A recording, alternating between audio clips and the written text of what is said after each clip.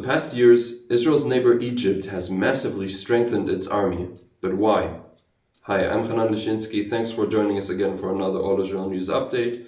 And today we'll shine a light on the rapid expansion and strengthening of the Egyptian armed forces and try to understand why there is this massive increase in numbers as well as equipment, while Egypt seems to not have any serious threats at the moment and also is in the middle of an economic crisis as well.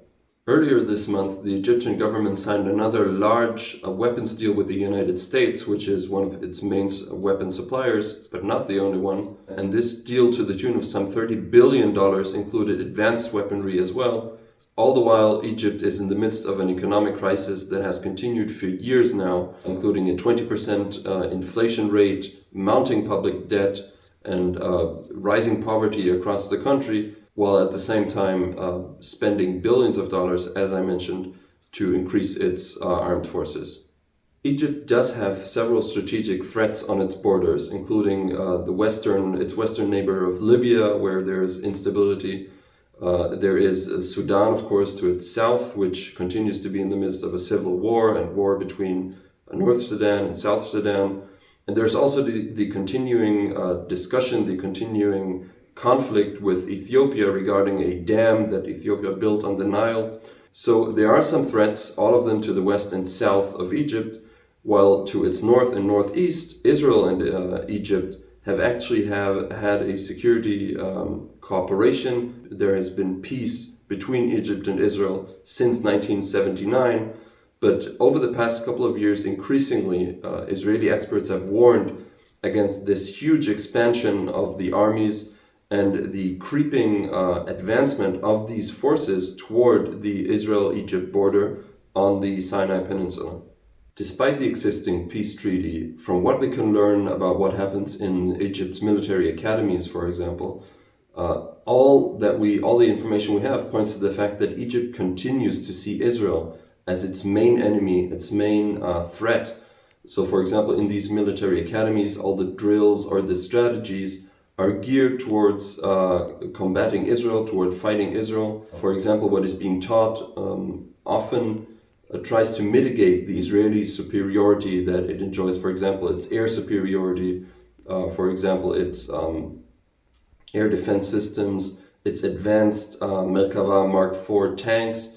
So it is clear that the Egyptian army really tries to train and tries to focus its training on combating Israel, on fighting Israel in the future. In addition, since President Al-Sisi, who comes from a military background, took power in Egypt several years ago, as I mentioned earlier, he started rapidly growing the Egyptian armed forces.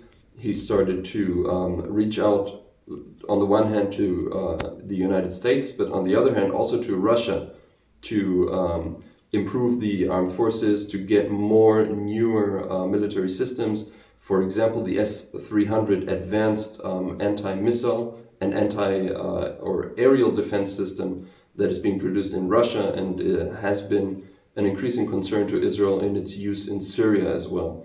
So we really have the situation that there is a peace treaty and there is even security cooperation between Egypt and Israel. But on the other hand, there is this increase in weapons and also the increasing transformation of the Sinai Peninsula, which lies between Israel and Egypt, into a more militarized zone, which is something that goes against the peace treaty from 1979.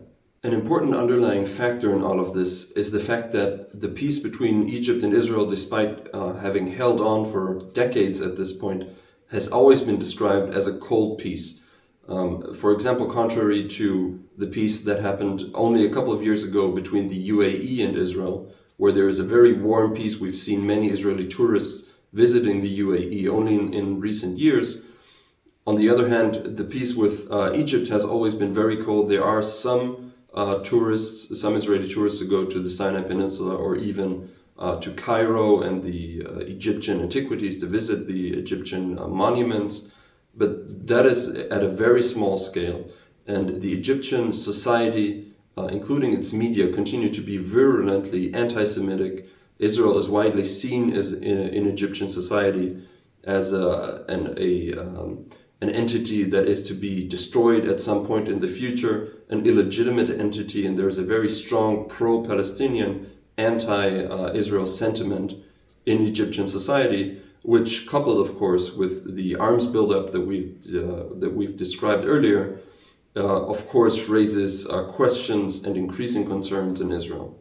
Here at All Israel News, a couple of months ago, we've pointed to the Syrian border as a potential source of concern. Of course, we echoed the concerns brought forward by Israeli experts on this issue.